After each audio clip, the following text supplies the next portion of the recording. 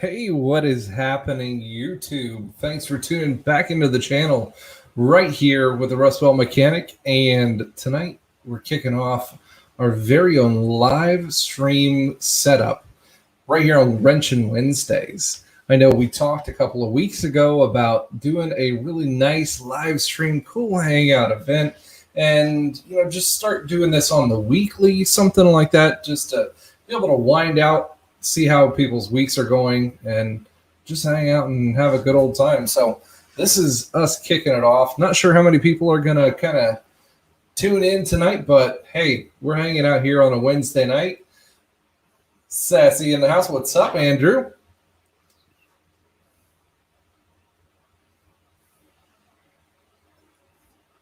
Wrenchin the bolts. What's up, man?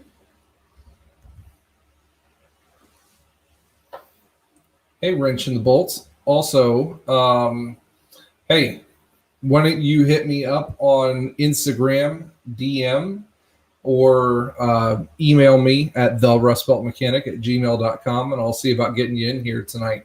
I might be able to have a couple of people on tonight just to chat for a short amount of time here and there. Maybe see how things roll. I know it's a little hot in here tonight. You guys see the fans going in the background. We had AC in this whole get up, but of course, in true fashion, once you get the nice studio all made and all figured out, the AC compressor outside took a dump. So unfortunately, it's a little toasty out today. I think we hit like 99, so it was kind of ridiculously.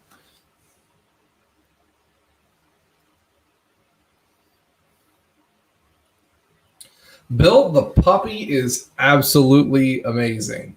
The puppy that we got is 10 weeks old now, and she has been one of the best dogs that we've had, come out that I've ever had from the whole puppy strain. So today, let's go into a little bit before we start bringing some people in on, hey, what have we been up to over the last week or so?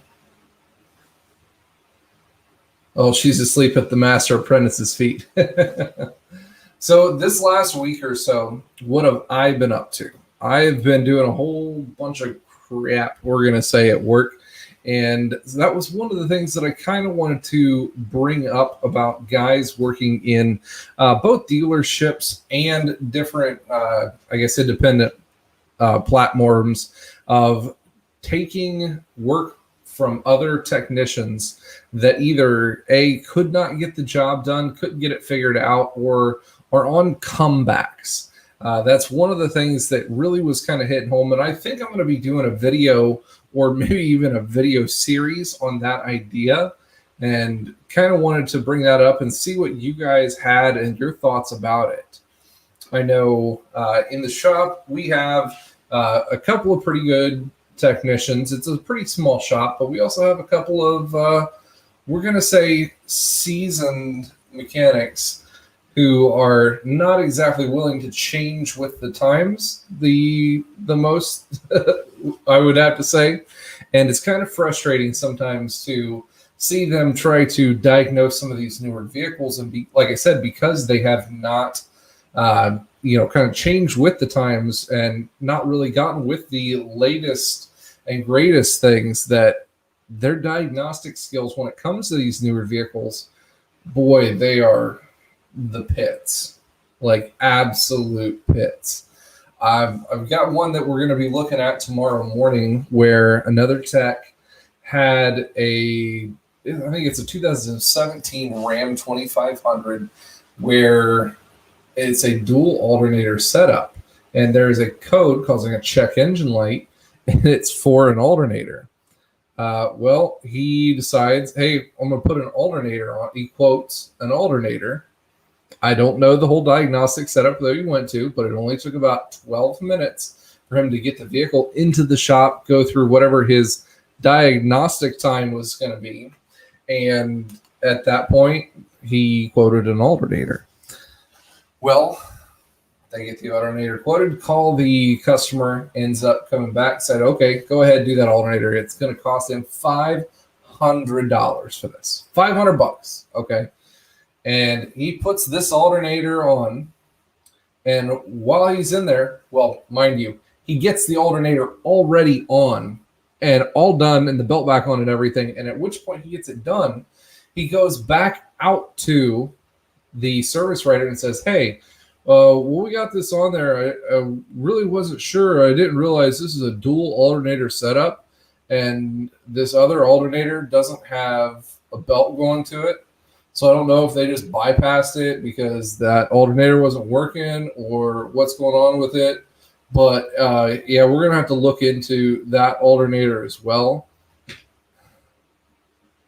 At that point, you know, everybody's hands should just be nailing their forehead about exactly what word vomit just came out of this technician's mouth. And I'm telling you what, the word vomit that comes out of some of these techs' mouth when they're trying to, I guess, disseminate what is good diagnostics from what is shit diagnostics. They're trying to make what they have done sound, you know, right, and there's just no way you can sugarcoat that amount of retardedness and put it into a nice dish. It just does not occur. So tomorrow it gets taken away from him and handed over to me and one of the younger guys to where we're going to be having a look at it. Because likely the check engine light was on in the first place for having this issue of not having a belt on the alternator. He even, it reminds me, he even came up and tried to bring the diagnostic process up, which Chrysler has in, you know, bold letters for what you have to do for this specific code.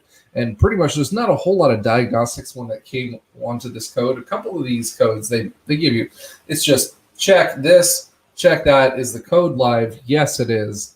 And then at that point, they're going to say, okay, is a belt on it? Yes or no? If it's on it, then guess what? It needs an alternator. That was his sound process. But he didn't realize there was a second alternator that didn't have a belt on it. I'm telling you what. McBake, how was your week going? Miss you, little buddy. I'm going to have to say that one. If anybody doesn't know, there are a couple of cool guys in here. Beer Studs Toolbox Footage. McBake has a YouTube channel. Master Apprentice has a YouTube channel. There's quite a few people, quite a few studs in here that have their own YouTube channels. So make sure you go and kind of look into everybody's goodies and see what they got going on. Jeff Hurley, what's happening, buddy? Everybody else getting through their week okay?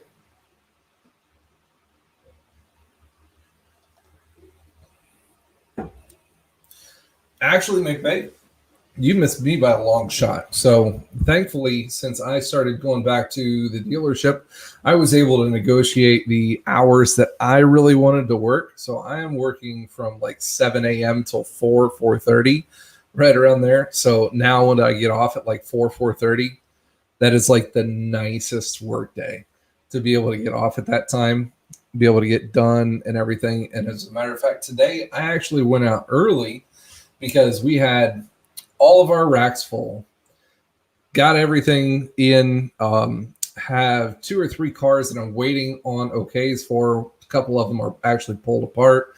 It's kind of stupid to put them back together, so they're waiting on okays. All the racks were used up across the shop, so I needed to do a little bit of training, so I might as well kick the can down the road and head home and do some training. So that's what I did. I think I headed out right around 3 o'clock today so I could do a little bit more training. Unfortunately, since I hadn't been in the dealership realm for the last 7 or 8 months, I am a little bit behind on some of the training.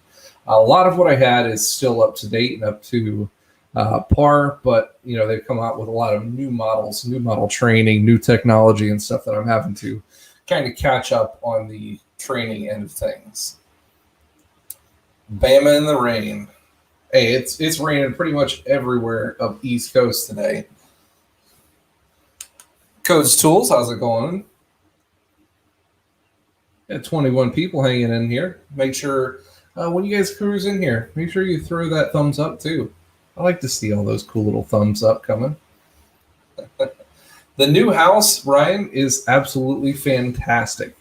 It's a little overwhelming at times. We're, like I said in the videos, going from a little, like quarter acre. It took us literally 12 minutes to mow the grass and weed eat, to now mowing over 10 acres of grass and taking care of pretty much what would be a nature reserve and all the other buildings and stuff here on the property. So it's a lot of work. On top of that, getting all the normal homeowner stuff kind of rolling through in normal homeowner fashion. When it rains, it pours. Everything else seemed to happen like that this week as well. The AC went out here in the studio and barn area, so I just got a couple of quotes for that. And to have the AC unit replaced and get a new coil unit put on the HVAC, because you do have to upgrade to the new, I think it's R410A. I don't know if there's any HVAC guys in here. Upgrading to that new Freon, it's going to end up costing like $4,000 to be able to do that and switch everything over. Kind of hard to bite onto that bullet, but it is what it is. And then, of course, after that, we had an issue with water pressure, and ends up we were on our own well, and our well pressure tank decided that the bladder inside was going to totally give out on that one. So that's another cool thing coming in for the week. Last Friday, I picked up an old Chevy truck from an Air Force farm supply truck. 6.2 diesel. Now, a lot of the guys that I've heard that have been working with the earlier 6.2 diesels, the non-turb skis, they say they're great. They're great little workhorses, great to work on, pretty simple and everything. They just, when the guys are looking for power or anything, they're kind of dogs when it comes to that. However, if you guys are just looking for hardcore farm truck, that's the way to do it. Thoughts on aircraft maintenance tech for older guys? So aircraft maintenance, I have personally not ever been in or around, but I do have a couple of buddies who are in that field that I've come to know through YouTube. It is pretty much the most stringent when it comes to any of the I'm going to say automotive repair, but it's not automotive. Any kind of the blue collar technician tool related repair, because they have so many stringent rules that you have to follow. All of your tools, they have to be cataloged, recorded. Whenever you get anything new, it has to be cataloged, recorded in. Everything has to be shadowed into the toolboxes. So it's usually a lot of extra time, energy, costs when you're talking about some of the tools. Granted, you may not need as many tools depending on what kind of section of aviation repair you're getting into, whether you're doing mechanical, whether you're doing hydraulics primarily. They usually tend to keep guys kind of separated when it comes to that. Not too many technicians that I have known of, at least, have been done the whole gambit repair when it comes to automotive.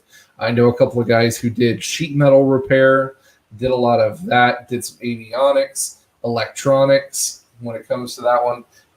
There's a whole lot of areas that you can kind of dive and get into. And like I tell everybody in the automotive field anyways, it doesn't matter what age you're at. If it's something that you're going to be passionate about and you want to work for it, then go and do it. I mean, yes, it might be a little bit of a harder road for you, but especially if you're able to have the support system, family, friends to be able to help while you're going through any kind of schooling, training, then why not go for it? I mean, what's the worst you can, lose out on? Just say, hey, I went for something that I really wanted to do, and it may not have worked out. Trust me, I've done it. Literally, the last 7 months of my life was going for something that I thought I really wanted, and then hitting a stone wall in that sense of things. I definitely say go for it.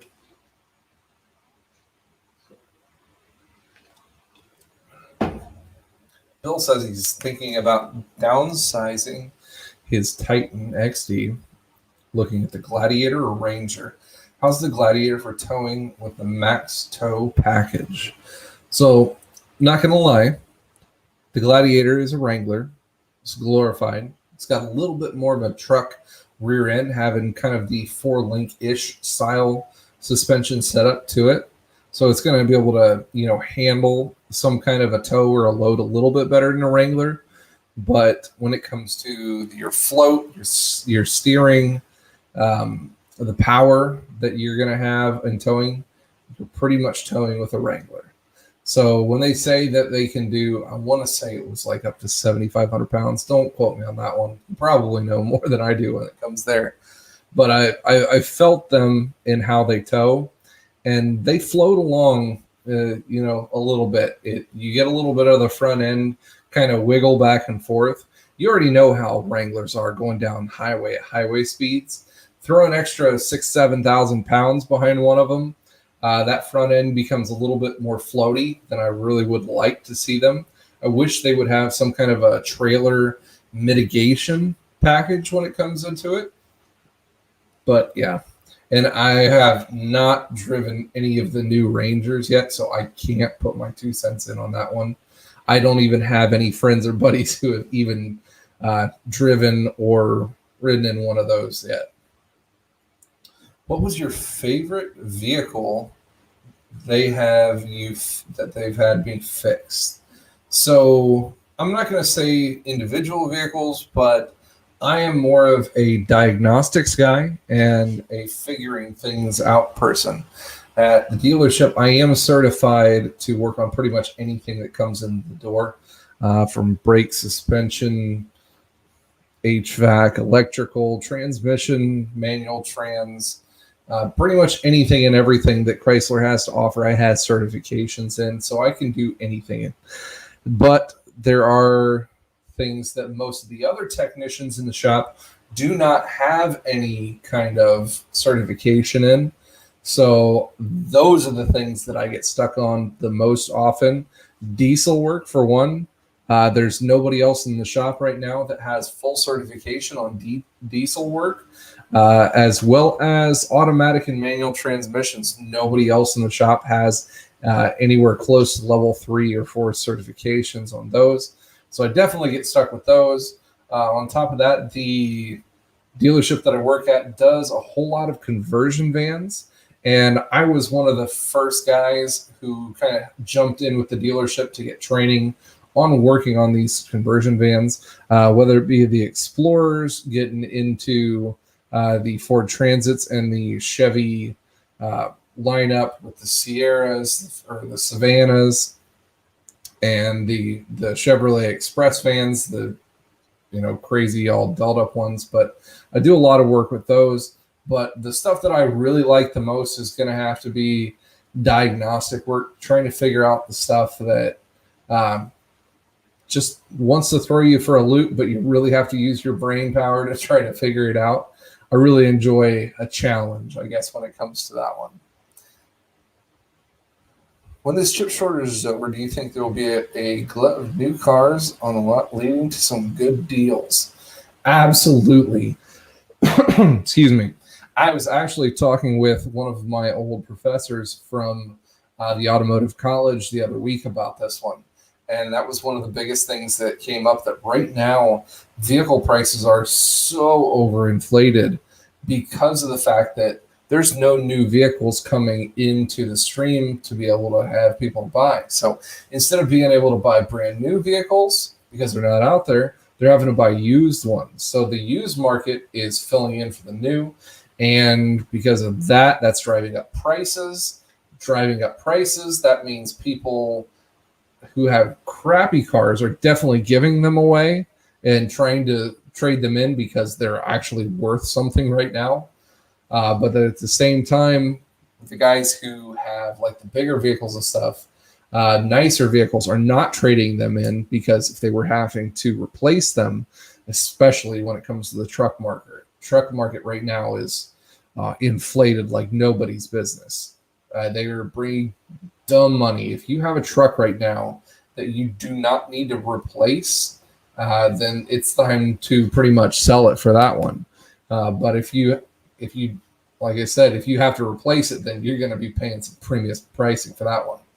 Seeing Cody's Diagnostics kind of streaming on in here. What's happening, Cody? Good to see you, buddy. Haven't seen you in a while. But like I said, with that, in the used car market, I see that once we finally do get a flood of the new chips and electronics to be able to get all these newer vehicles from outside countries, then I'm pretty sure we're going to see a massive flood of cars, especially from Ford. You know, everybody sees where those are at. They made that very live and public, where all of their cars that don't have any ECMs in them are being stored. So it's almost like, you know, a seventh wonder of Kentucky to be able to go down and see the mass horde of, you know, non-moving Ford cars that are brand new. It's kind of crazy to be able to see those things, but I think that's going to be bringing some, you know, really big deals on new cars when it comes to the chips coming in. And then at that point, it's all about market strategy. And, you know, with the market strategy coming in and heavily discounting new cars, that means used cars are not going to be as valuable. And hopefully the market's going to come down to a more, I guess, manageable level at that point.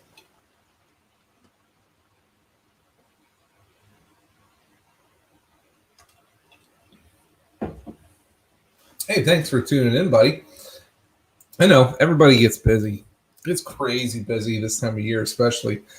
We're getting all kinds of new stuff coming into the dealership as well.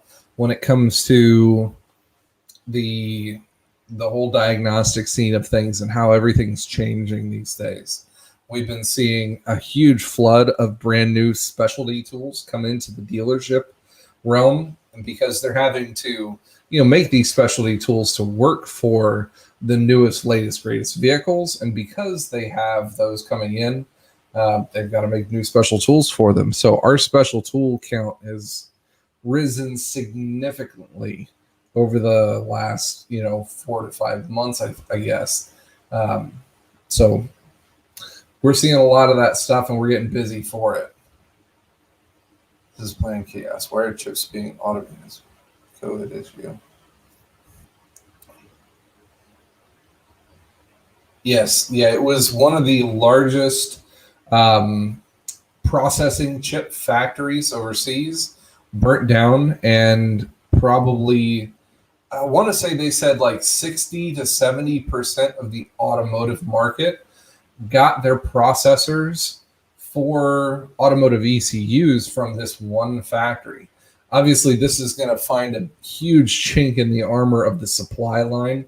COVID in general has just pointed out a whole lot of vulnerabilities when it comes to, you know, the actual automotive market and getting parts, any kind of processes that we need for building new things or putting parts together. We're seeing massive fallacies within the system.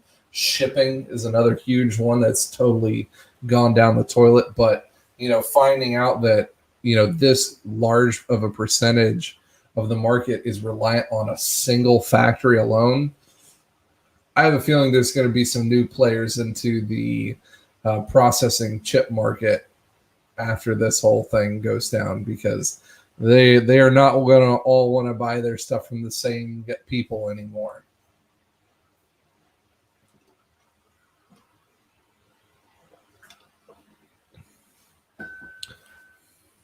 So has anybody actually bought a new car or a used car in this market right now?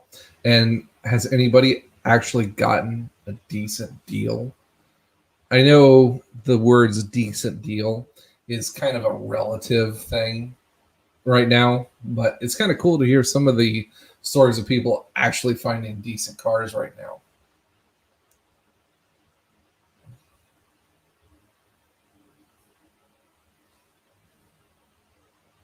If that truck isn't something that you really need right now, like I said, if you're looking to downgrade, or if it's something that you really don't have to replace in this market, then right now selling a diesel truck, it, like I said, dumb money.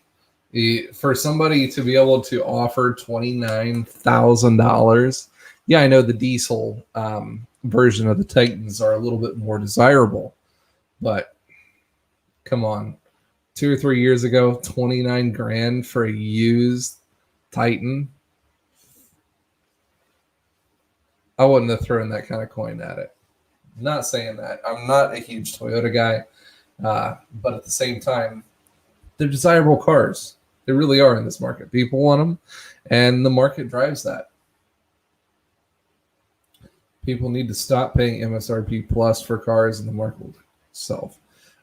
In a way, yes. However, the drive to purchase the cars has gone on for so much and been driven so high lately because of the lack of cars being in the market that it's hard to not want to pay for something that you can even get your hands on. Even look into like the side-by-side UTV market. Most of the guys who are wanting those were actually getting the new ones right now, which, by the way, around here, nobody's got any new inventory in stock.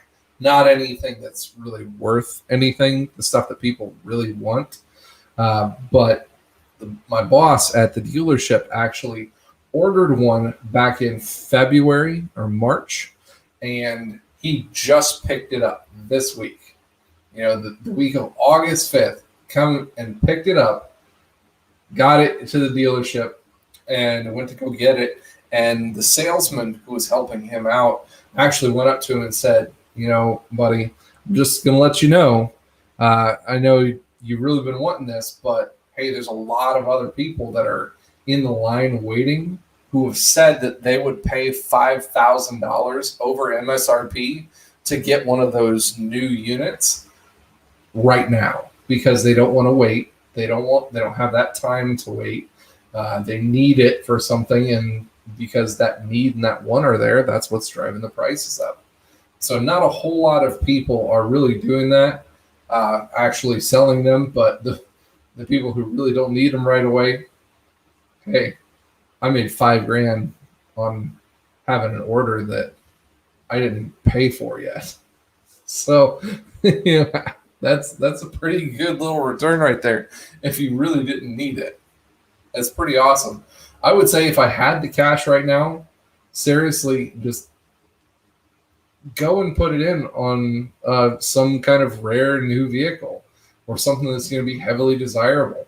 The new Tesla trucks that are coming out, yeah, go ahead and put your money in on those, because the new ones, once they actually get to coming out and pull your number on that one, if this market's still like this and still wanting trucks, period, let alone the newest flashy truck from Tesla, whatever, those things are going to be going for way over MSRP too.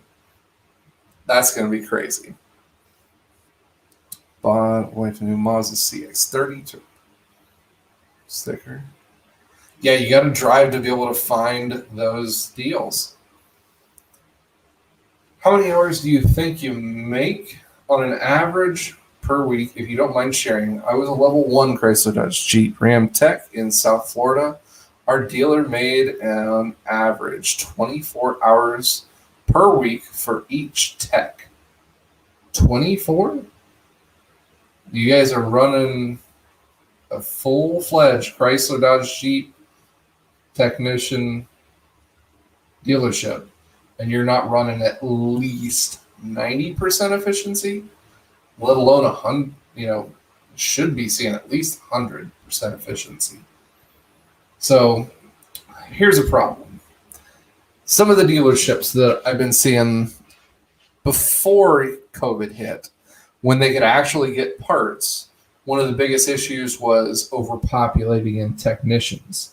That means paying the technicians a little bit more on the per hour, but having a whole bunch more technicians kind of flooded within their place, that each of these techs are only having one bay to work out of.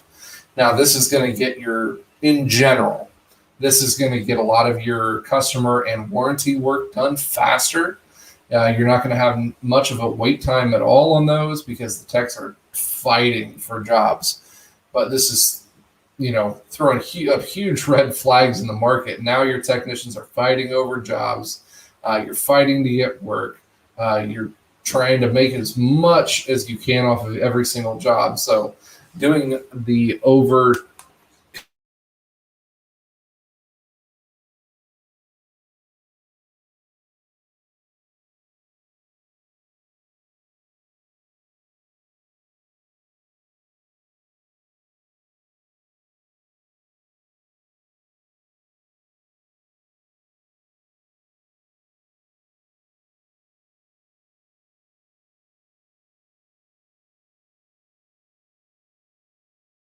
hear me or not. Oh, there I am. I'm back. But anyways, you should be seeing 100% efficiency with a well-staffed dealership who has technicians to be able to do and complete all the work that's coming through the door. You should not be overstaffed. You should be able to feed your techs with enough work to keep them busy and make them happy, and they should be efficient at it. So our dealership, most of the flat rate technicians that we have are averaging over 50 hours per week. And that is saying that they are there for like 40 to 42 and a half hours per week.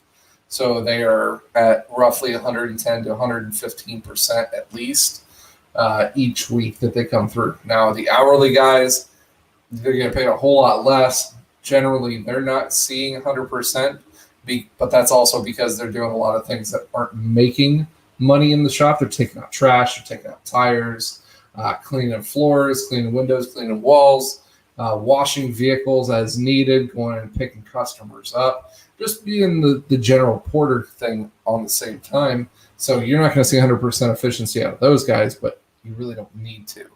It's all about the flat rate guys and seeing them get efficiency. Oh yeah, campers are crazy right now too, Bill. Justin, what's happening, buddy? Getting myself introduced. Welding it. This morning got enough scrap to make myself a 2-foot tall welding table. Nice. I've been wanting to do more dabbling in welding lately. So funny enough, as to be a Chrysler dealership right now, there was a recall that came out.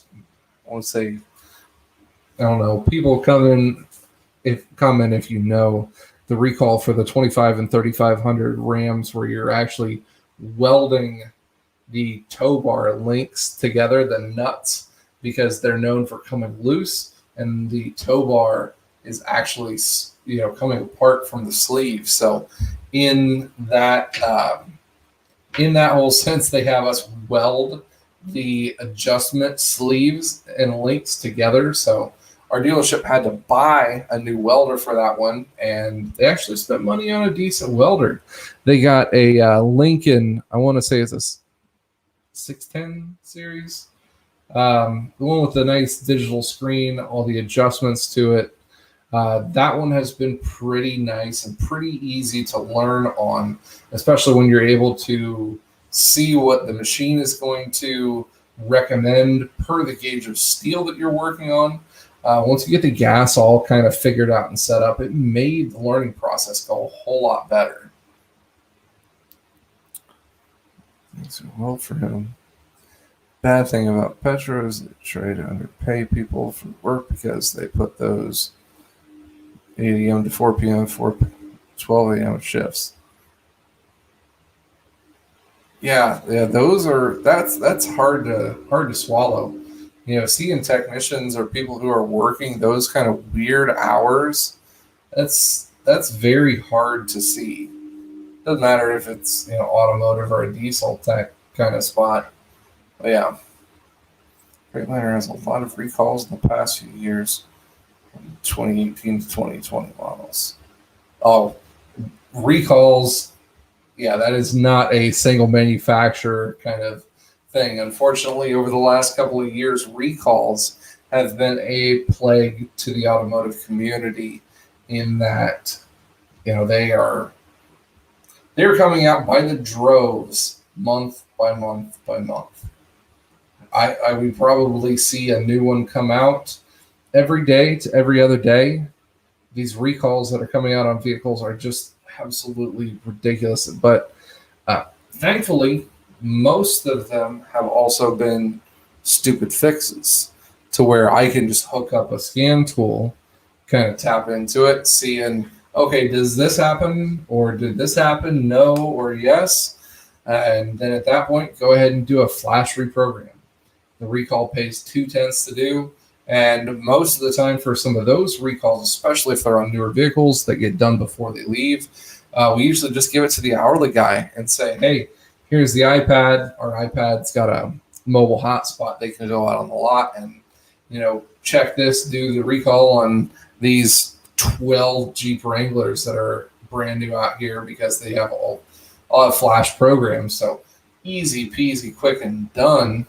They're not too bad. The recalls of today aren't nearly as bad either as you've seen recalls to be in previous years, especially from manufacturers like Hyundai, who have had so much bad luck when it comes to engines, oil consumption, piston ring issues, PCV, the whole 9 yards. They've been tearing down engines, trying to rebuild them, and ends up replacing a lot of engines, losing a lot of money thanks to their recalls.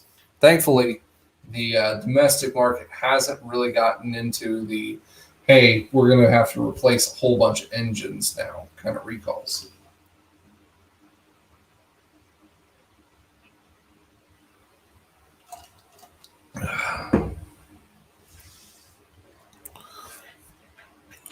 It's on semi, so it takes about 45 minutes to do an oil change. Make 60 off of it. Hey, that's not bad. With the Eco Diesel EGR cooler recalls, what's your method for getting the god-awful Torx pulled up? That horrendous singular Torx bolt on the very back of that EGR cooler bracket is the bane of most technicians' existence. Includes 30 Torx or 40 Torx. Yeah, it's on the back of the cooler, little stupid bracket. And I would almost seriously go to betting that at least 75% of the vehicles that are put back together after doing the EGR cooler recall on the new Eco diesels don't have that Torx bolt back into it. I would almost guarantee that they don't have it going back in because the technician has got so pissed that they just throw it across the shop. So when I do that recall, the tool that I use that has worked the best is going to be the Easy Red, really shallow, little ratcheting but flex head wrench that you can put bits into. So I've got a 1/4 inch bit that is also a 40 Torx that goes into that one, and it's thin enough to fit in there. It's able to flex it. I want to say you're going to be at about a 30-degree angle or so is where you need to be at on that one. And the little bit of a longer handle on that Easy Red, it gives me enough torque to be able to get it out. Now, in some of the circumstances, I'm able to get it out. I've got the shorter Easy Red one that's only about 4 to 5 inches long and has the dual swivel ends. One end has a 1/4 inch socket fitting, and the other end has just the 1/4 inch hex that you can put bits into. A lot of those, I will try that one first because that one I'm able to get in there a little bit easier.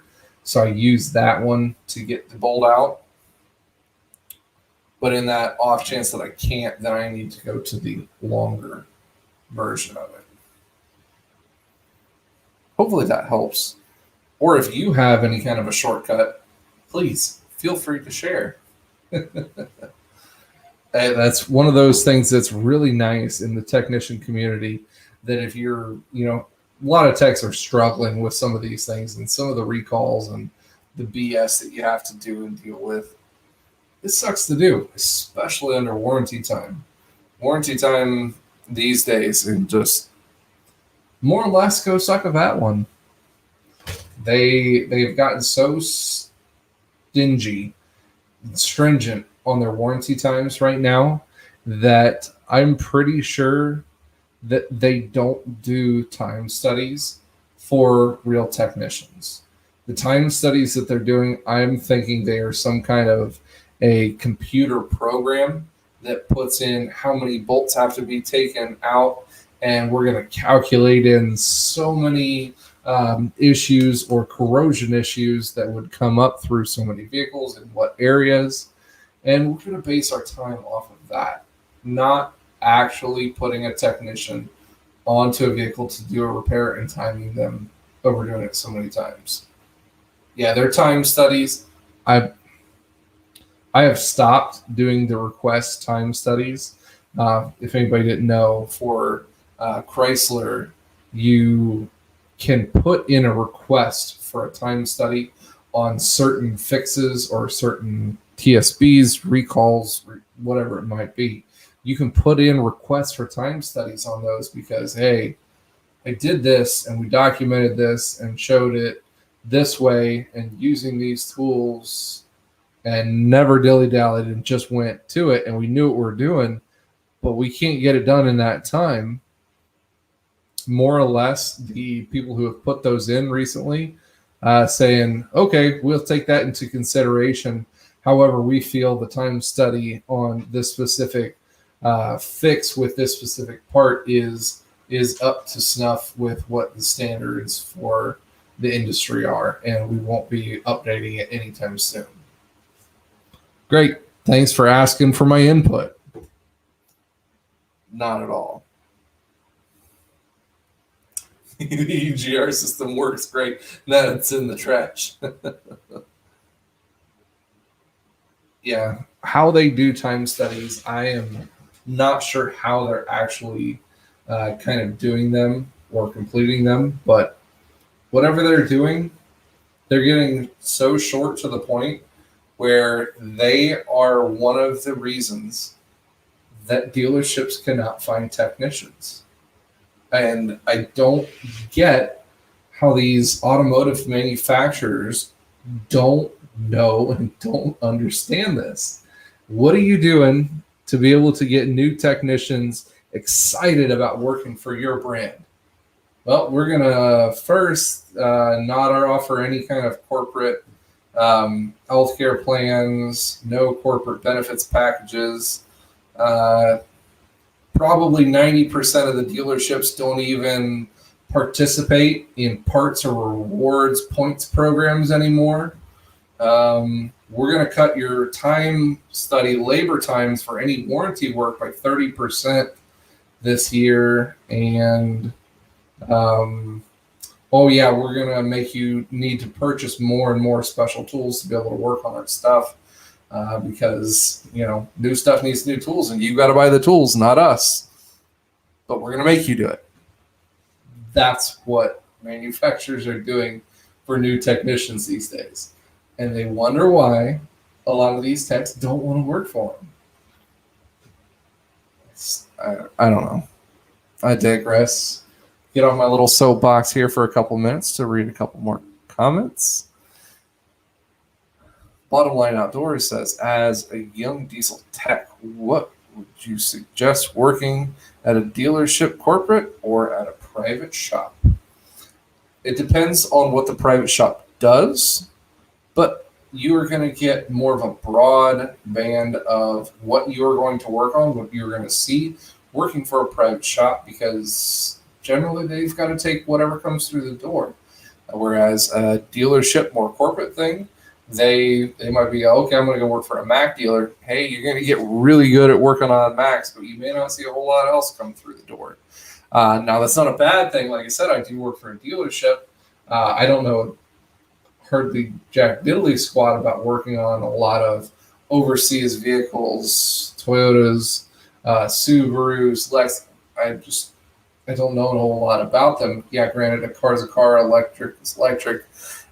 Gasoline is gasoline, and it works the same way in a lot of vehicles. But the little intricacies of how they build things and the way they use certain properties, I'm a little bit more one lane focus as from working from a dealership. So I guess keep that in mind, that if you want a more broad spectrum of what you're going to be able to see and things you work on, probably more look into a private shop.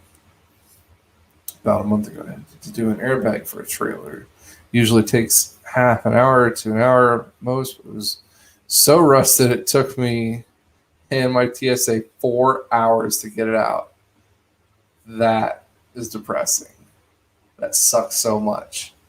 Now I've had that go on. Now it's been quite some time since I've done a recall or a labor intensive warranty thing that didn't pan out. But I remember some of the crap ones that I had. One was a electro hydraulic control unit on the robotized manual / automatic transmission that comes on the diesel ProMasters. Had to replace one of those units, and the service information made it look and sound so simple to do. And warranty time only ended up paying, let's say 3-4 hours, something like that.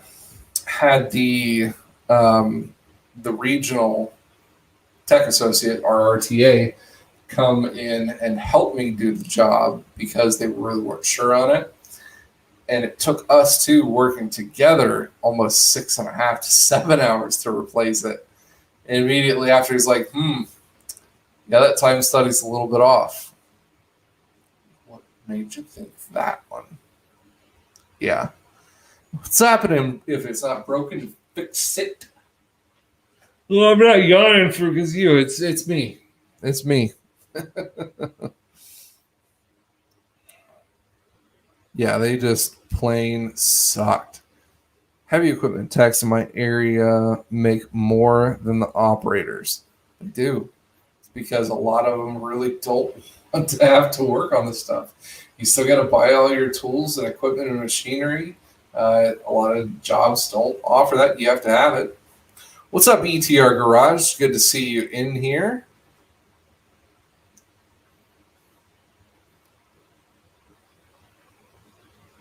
You have to take off the airbox 30 times to bleed the clutch on the diesel ProMaster transmission.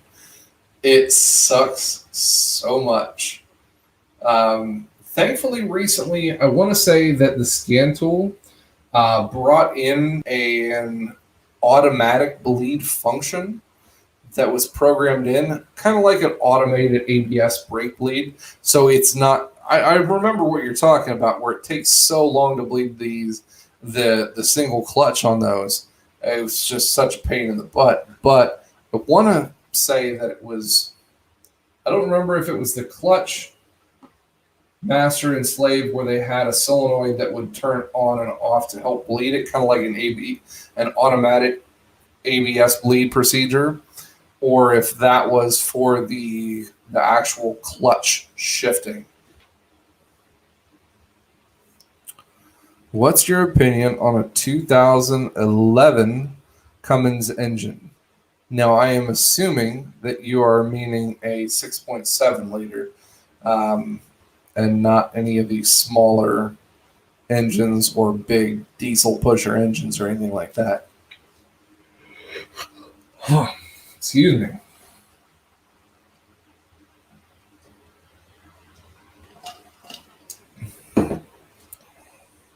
Ram 6.7. So, yes, I have worked on those quite a bit, and 2011 is a good year to be able to have. Anything prior to the DEF age is, a good thing to have right now. You don't have to deal with any of the DEF issues, the heating tubes that come over, or the plugging up DEF injectors that still cost $300 to $400 on average, and have to worry about crappy DEF. But anyways, those 6.7 are very robust engines. I honestly have never yet replaced a single engine. I haven't even had the cylinder head off of one of those. Now, the only thing that I would have to say, because of the newer stuff, they are running the CP4 high pressure pumps now instead of the earlier CP3s. The CP4s are more efficient.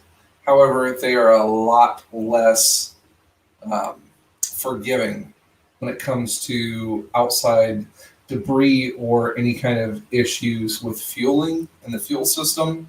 They tend to break a whole lot easier if you have any kind of fueling issues. So that's why I always recommend, if you're going to be driving a CP4 truck, definitely put some kind of pre-filter and make it a really good one, whether it be a fast, or I recommend Air Dog lift pumps, on some of those. The factory one doesn't always catch everything really great, or people just plain ignore them. People see that little light come on that says, whiff, water and fuel, and they just ignore it for a week or so. They're the ones who are going to be purchasing, a $3,100 high pressure pump or roughly $8,000 worth of injectors. One or the other. I had a job offer. His jaw dropped. I told him that he would need to pay me $40 an hour.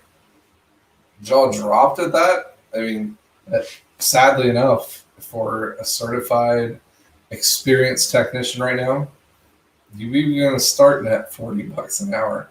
Around in this area, so this area of Ohio, it's very rural, not too close to any cities or anything like that. Big diesel communities still, but there's a lot of diesel techs where there's a lot of diesel jobs. So getting into the initial pay in this area is a little bit lower than anywhere else pretty much in the country.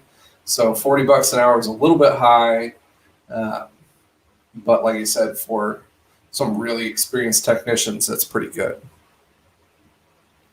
Learning, but I'm hesitant to do anything that I'm not familiar with because I don't want to mess anything up. For example, clutch adjustment on semis. No, don't blame me on that one.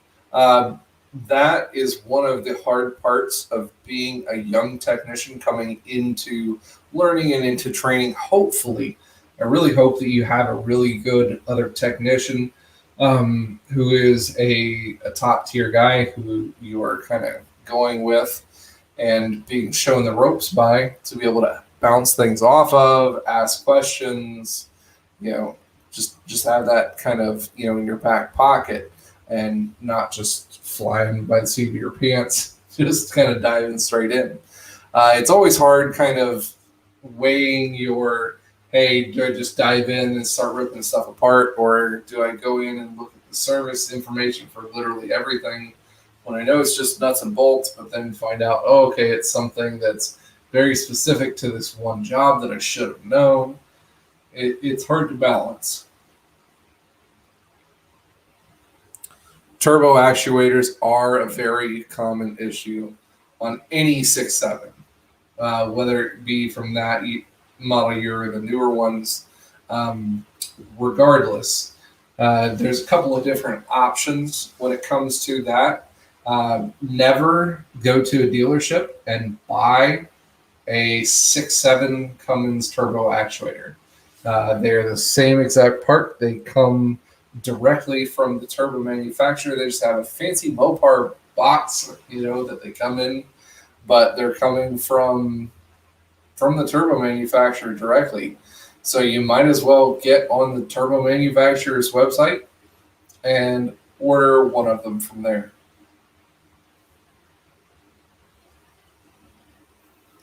I know one of the dealerships head off at 6.7 found traces of off-road fuel poured in. Yep. They will void that warranty so fast. They find that red fuel anywhere in that system. That's a big old no-no. Not only that, I've seen guys who have been caught by that in the dealership who have then been turned into either the state government or EPA or whatever it might be, and they end up getting dinged for like a $10,000 fine for having off-road diesel fuel in their on-road truck. That's bad. It's not good. Your experience, I only asked 17 an hour until I got my ASE and diesel engine and air brakes. Yeah, that would be a good thing to definitely at least get your ASEs. I always tell guys that, hey, when you're getting into things, you may not have the most experience to be able to put on your resume, but at the same time, you guys can get the certifications. That at least shows that as a younger technician getting into this gig, that I really want to put the effort forward on becoming trained, on becoming certified on that route. So it's always a good thing to get some more certifications. Rustbelt, I'm kind of in your area, work in Fort Wayne. Waste manager work is starting out at $54 an hour. Cool. Yeah, but hey, if you want guys to come in and work on them crappy trash trucks, you have to pay them boys some big money to be able to do it. It's the same thing.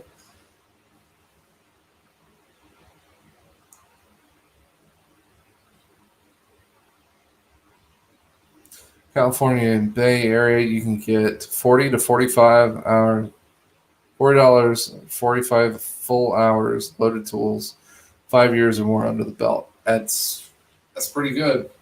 That's a lot of money, but also they're in that same area of the country. The cost of living is a whole lot higher too. Chad Ulmer, what is happening, buddy? Good to see you hopping in to the chat here on Wrenchin Wednesday. Taxman comes for you. Yep, you can't have that off-road fuel. He come and get his pound of flesh out of you. That's why. So when I moved onto the property here, there's actually a couple of fuel tanks, and the one that was marked diesel, it still had stuff in it. Didn't realize how much on there or anything, but ended up putting a new pump on there because I wanted to utilize it for on-road diesel for my truck, but needed to get all the old fuel out of it. So had to kind of find somebody who used off-road diesel. And then at that point, ended up getting like 2 or 3 55-gallon drums. And I didn't think there was that much in there, but I ended up pumping out right around 175 gallons of off-road diesel that was still left over in that tank. I'm going to guess it was probably at least a year and a half to 2 years old. But the stuff that he was putting into older farm machinery, they wouldn't care one way or another on pretty much how old it was, as long as it wasn't totally destroyed diesel. That it'll come out all right. Everyday Fleet Tech in the house, still at work, working away at 9 p.m. Man, putting in that hard hours, buddy. Hard hours. Pack, yes, it's expensive to live out on the West Coast. That's why you have to get paid 40, 45 bucks an hour. You can't afford even an apartment for that much. Worked on hydraulic systems, but went back to school and working on diesel. Do you think it'd be a very easy transition? Hydraulic systems are a big thing of a lot of diesel work. You are going to have a lot of PTOs, a lot of aftermarket accessories that a lot of dealerships, or I guess aftermarket places, are looking for as kind of a background for guys that if you know how to use the hydraulics and hooking them up, you know how to do PTOs. Finding a job in the upfitter market would be a lot easier too, I would say.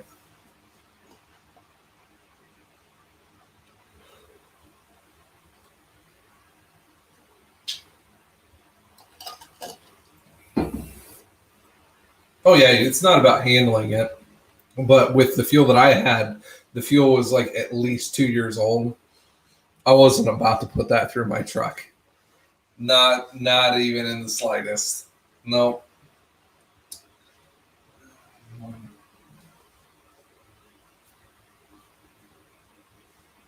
Oh yeah, you're definitely going to have more tools in it. That's another thing that I tell to a lot of the younger guys coming in that, hey, first off, don't go into tool debt as much as you possibly can, but at the same time, finding the right tools to fit the job that you're doing is very important. and finding a set of tools that you become efficient with and can help save you time. That's how you kind of weigh out your options of, is this tool worth it? Is it worth going into, I guess, a little bit of debt? I don't think truck debt, having a truck account, especially when it's 0% interest, is that bad. But when you get into paying interest on tools, I find it hard to swallow that one still. But like I said, you've got to weigh out your options on, is this going to save me time and money enough to be able to make up for what I'm paying in interest and stuff? I don't know. Just another thing to weigh out. I'm struggling with a question every tech has. When is it time to find a new job? Getting crazy offers, and my job is too used to having me around. Well, first off, if you know where you're at, buddy, you know what you're worth to that shop. In my mind, push the boundaries a little bit. If you are what you say you are, and you are worth it that much to that company that you're working for, especially there in that area where you live down south, it's super simple for you to find a good job. And like you said, you're probably already getting dumb offers from other places to come over to them. Start pushing the envelope with the shop a little bit. I'm not happy in what I'm doing. I want to be. What's it going to take for you to make me happy? Toolboxes have wheels for a reason. If it takes a little bit of threatening to, say, hey, I could be leaving, could be heading out the door. I'm not really appreciative of this kind of work, not really appreciative of this kind of crowd of people that I'm having to work with, dealing with all this bull crap and, broken this, broken that, not having the right equipment, whatever the gripe may be. Start pushing the envelope a little bit. Say, hey, you better get this stuff fixed, or, you're probably going to have a technician walking out the door. You find out real quick that you're not as easily replaced as they really wanted to think. Once they actually are trying to find the technicians and realize they can't even find baseline technicians, let alone good experienced technicians that are in leadership roles, they'll end up paying more money or giving you more to be able to stay for it.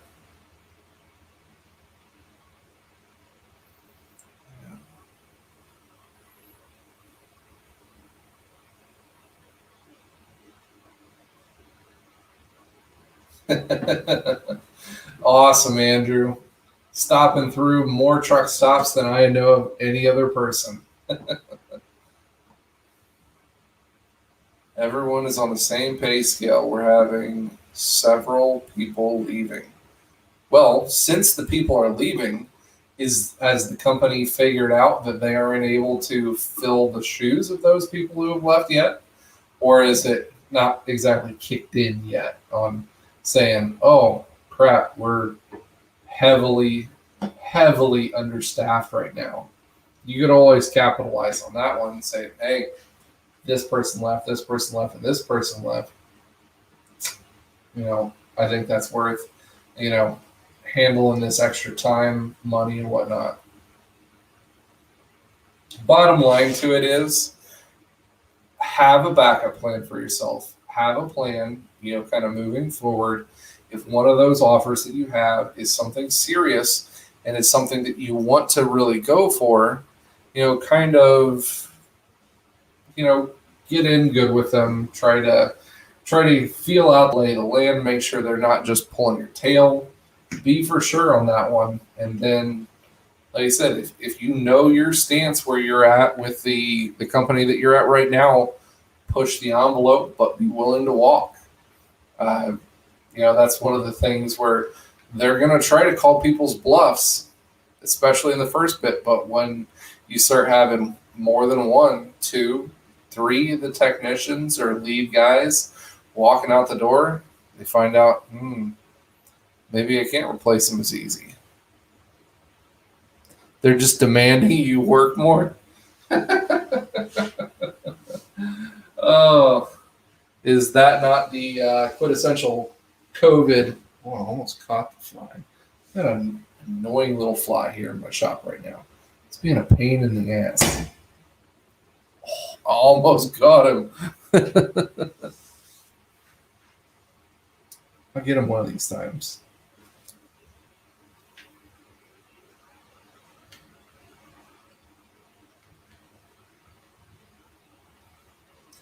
Yes, good technicians. It's fine. It took 5 auto shop to get my paycheck because 20 years experience. Small master.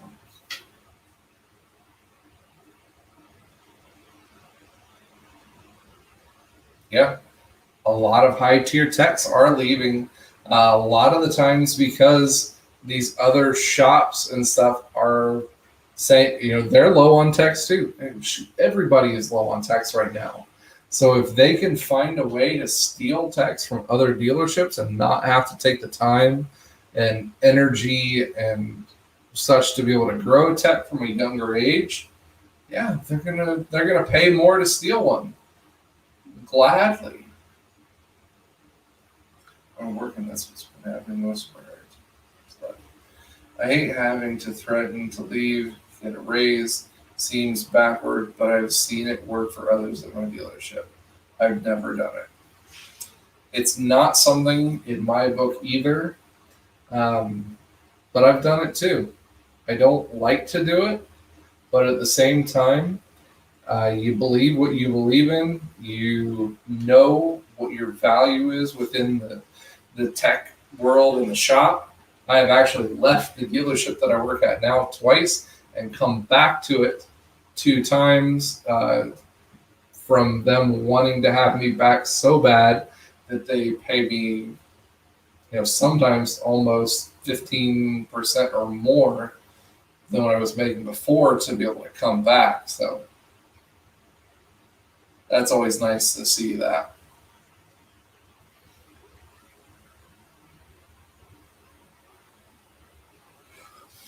Now, EFT, I know how much you absolutely love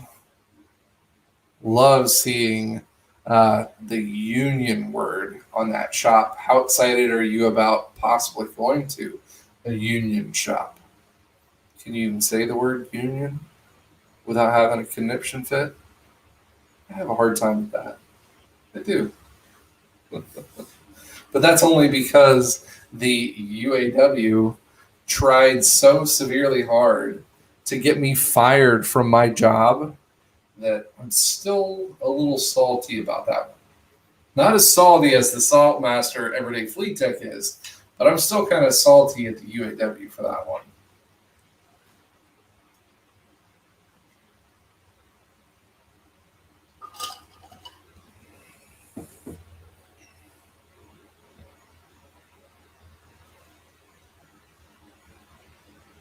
Mm-hmm.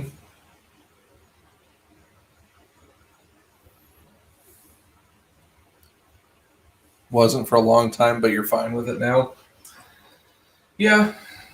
I have just had, in my personal experience, so much bad experience with unions that have either, affected me directly or seen friends or family working for, or just in my field alone. If you guys hadn't seen that, I did a little video series on the UAW and how them going on strike, I think it was like a year and a half ago, it's a while ago, affected my job and the shortage of parts, no deliveries, pretty much screwing up the whole line of what our dealership was doing to be able to get a couple extra bucks for their people. And yeah, it was all fine and dandy, but they didn't take into account how many people they were hurting either. So it kind of sucked. So at the point where I gave my whole 2 cents, which was a personal opinion alone, it was a personal opinion that I gave on the subject, they deemed that, hey, we don't like this guy enough to where They found out where I worked and totally bombarded the phone system. They it pretty much hacked email and put it. Our dealership was getting on average 50 to 100 spam emails per hour from this whatever group that was coming through, trying to get me fired from my job for my opinion on the UAW scandal at the time. If you're trying to fight for getting people on your side and your view, that's one way you don't do it. Will your experience go with you, or would you start all over? Think about. Yeah, I guess the same thing. Or if you're working on the same things, or are you going to be looking at working on different things?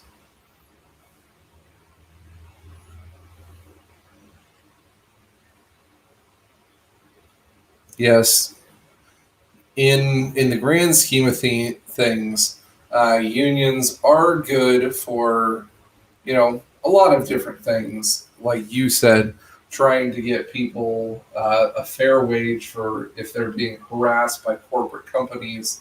The little man is getting beat on by the big man just to be able to get a couple extra hours out of him, or worked or whatnot. Yes, there is a place here and there for them. However, unfortunately, just a lot of organizations have given the whole union name a really, really bad rap and put a really sour taste in my mouth, that's for sure. Starting over in seniority.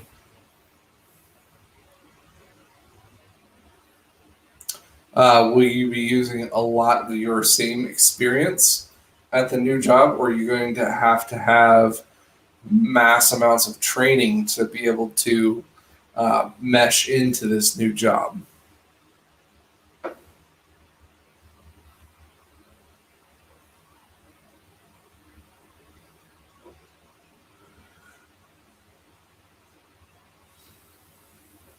Yeah, I see how it would be hard to start over with vacation time, but obviously it's got to be pay scale enough that it's trying to draw him away from working where he's currently. So pay scale's got to be at least semi decent on that one. Maybe if you just worked first shift, maybe you wouldn't be so salty. Have you ever thought of that one? Putting that in the old, upstairs noggin calculator and seeing how that goes? Just working one of them normal, 7 to 4, 9 to 5s. If that's going to help.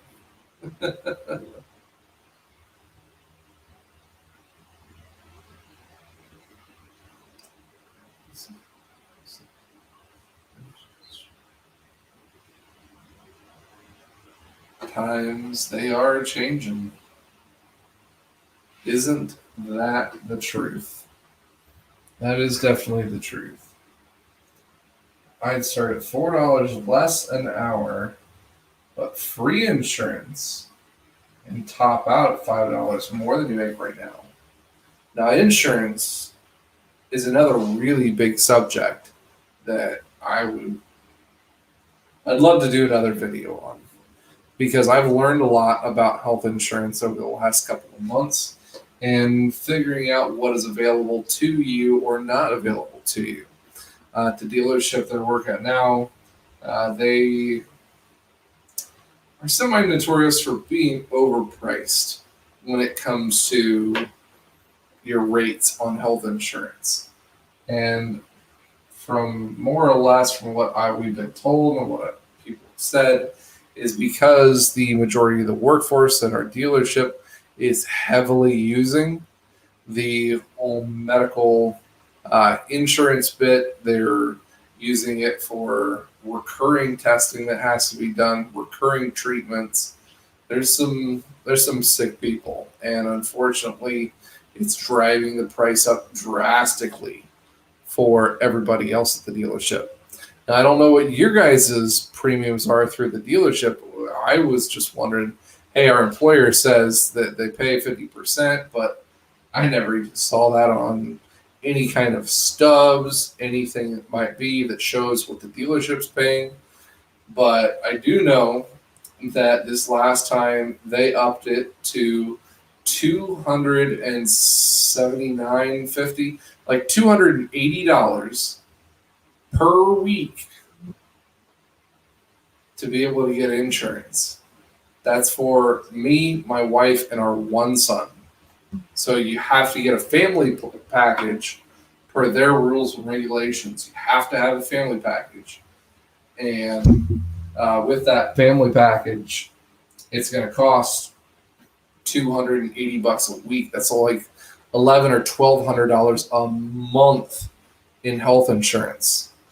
That's just absolutely outrageous, and I couldn't fathom doing it. So I ended up getting on the open marketplace. There's a whole bunch of third-party places that get paid by the government to help people get into the healthcare open marketplace, and I was able to get insurance for us for literally half of the cost that it was going to cost me for my half paid for insurance at the dealership. Crazy stuff.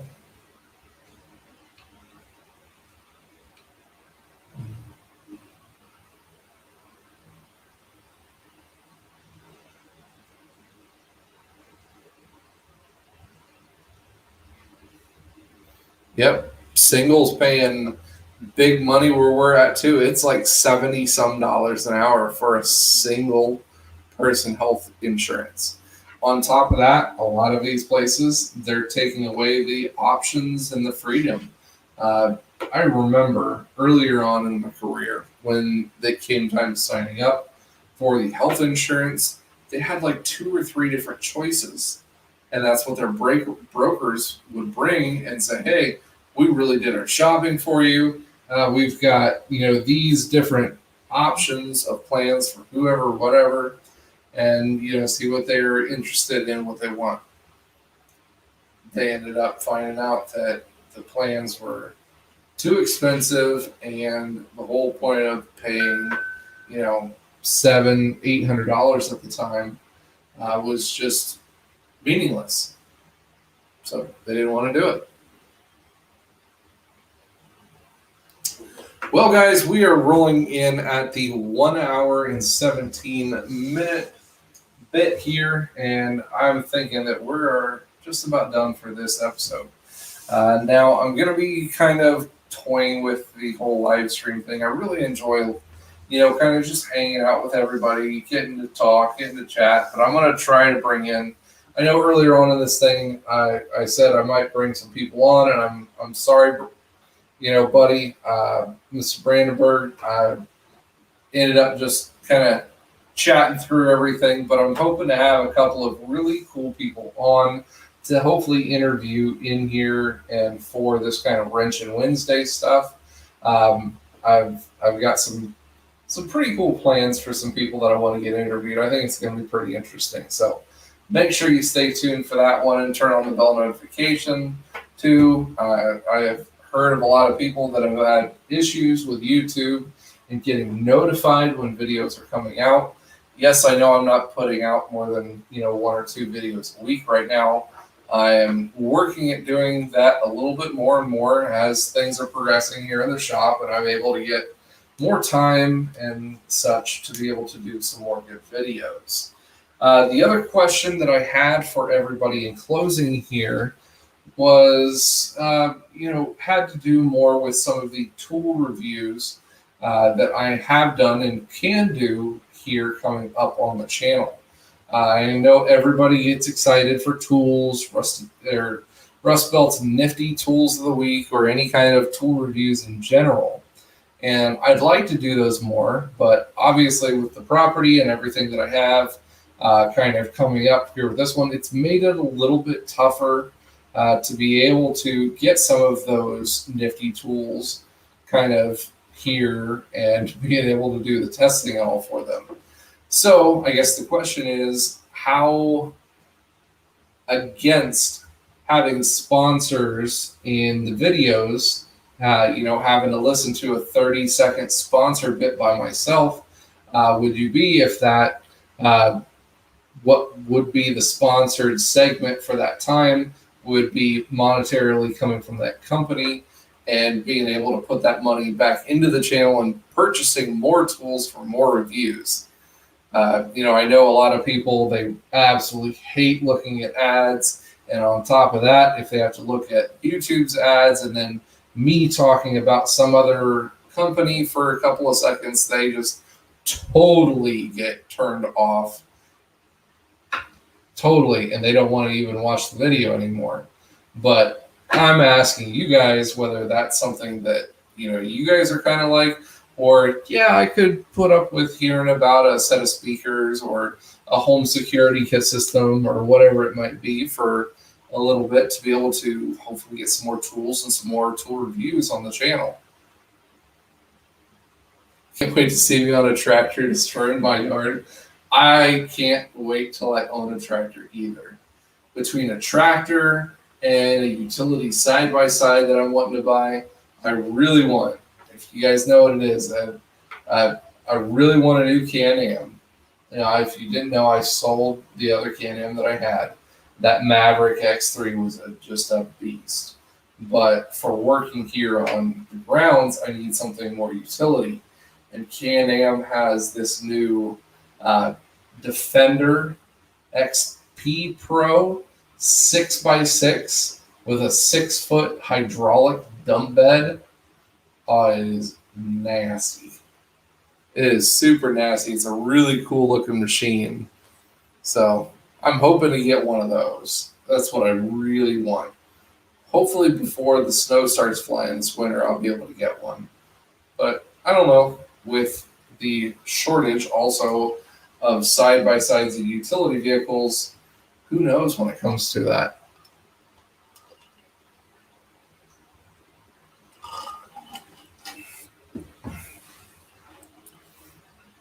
Well, evidently, there's not a whole lot of people that have a whole lot of qualms against me doing kind of ads. I guess people would have said something, but if you guys are listening to this later on, feel free to leave down in the comments below, whether you guys really don't want to see any kind of ads in the vehicles, me talking about anything other than the tools, or if that's something you could deal with being able to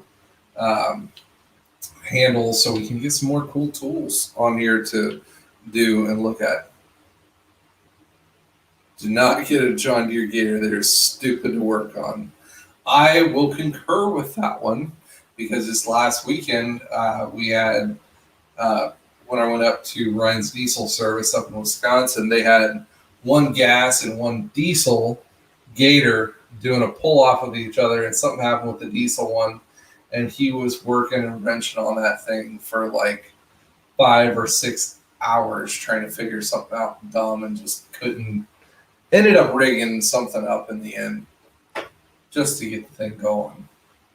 I've heard nothing but horror stories on some of those, so not really looking forward to that one. All right, guys. Well, looks like we're going to kind of tune on out of here tonight. I appreciate everybody tuning in. I really enjoy being able to hang out with you guys on some of these awesome Wrenchin Wednesdays.